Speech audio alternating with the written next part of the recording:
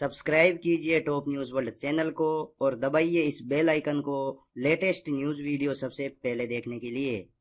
बिल्ला यानी मानिक ईरानी 70 और 80 के दशक की कमोबेश सभी प्रमुख फिल्मों में मौजूद खलनायक थे। मानिक ईरानी मानिक जिम में ढला कसरती बदन लेकर फिल्मों में आए थे।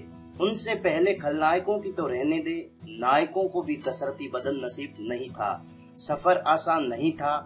70 के दशक की कुछ फिल्मों में उन्होंने धर्मेंद्र और अमिताभ सरीखे नायकों के डुप्लीकेट का किरदार भी निभाया।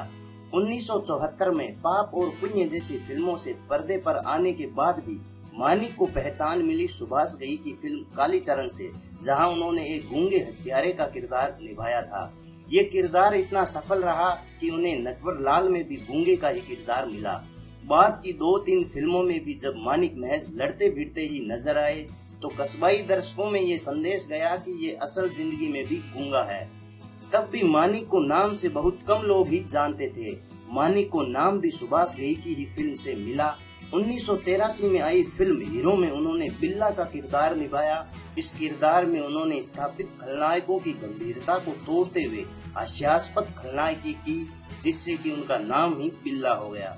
अजीबोगरीब वेशभूषा, हेयर स्टाइल, दांत, बालों के रंग के साथ अजीब तरीके से हंसते हुए डायलॉग उनकी यूएसपी थी। बाद की फिल्मों में मानिक गलियों के गुंडों के किरदार तक ही सीमित हो गए। बाटली दादा दीदार, कोल्हापुरी दादा बाप नंबरी बेटा 10 नंबरी, बल्लू दादा कसम पैदा करने वाले की सरीखे किरदारों से ये पता चलता है कि मानिक से निर्देशक क्या चाहते थे। 6 फुट लंबे मानिक अपने शरीर को लेकर काफी संजीदा रहे। उस दौर में जब बॉडी बिल्डिंग बॉलीवुड से दूर था, तब वे नेशनल हेल्थ लीग जिम के नियमित सदस्य थे। वे जानते थे कि उनके जीवन यापन का एकमात्र सहारा उनका औरों से अलग शरीर ही है। अपनी कद काठी और कुछ एक मेकअप के बदौलत अपने एक शॉट के रोल से ही शरीर में सिहरन पैदा करने के लिए काफी थे। यही कारण है कि 80 के मध्य में जब हिंदी हॉरर फिल्मों का दौर आया, तब राक्षसी किरदारों के लिए भी मानिक ही पहली पसंद बने।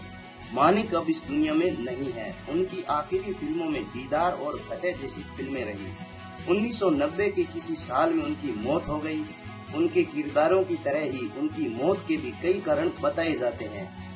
कभी लंबी बीमारी से देहांत की खबर सामने आती है, तो कभी अवसाद के कारण अत्यधिक शराब पीने से, कभी आत्महत्या तक की अफवाह भी खबरों में होती है, तो कभी स्टंट के दौरान हुई दुर्घटना की बात भी सामने आती है।